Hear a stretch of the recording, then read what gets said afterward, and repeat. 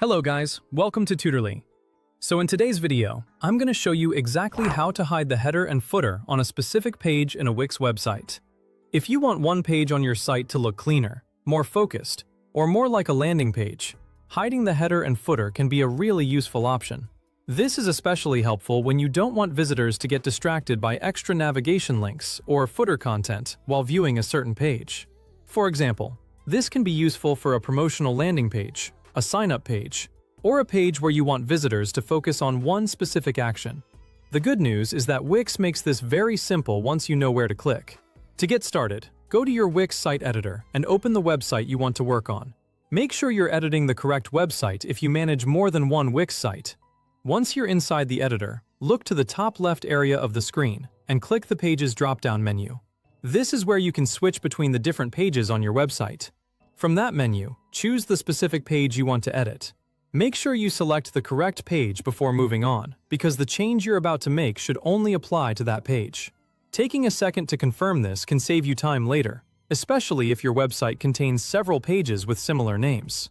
After you've opened the page you want to work on, go to the bottom left side of the editor and click on Layers. The Layers panel gives you a clearer view of the elements on the page, including sections like the header and footer. This can be easier than trying to click directly on those areas in the editor, especially if the page has a lot of content. Once the Layers panel is open, locate either the header or the footer, depending on which one you want to hide. Next to that section, click the three-dot icon to open more options. In the menu that appears, click Hide. As soon as you do that, the selected section will be hidden on that specific page.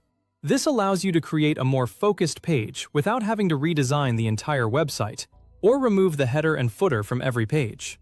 If you want to hide both the header and the footer, just repeat the same process for the other section.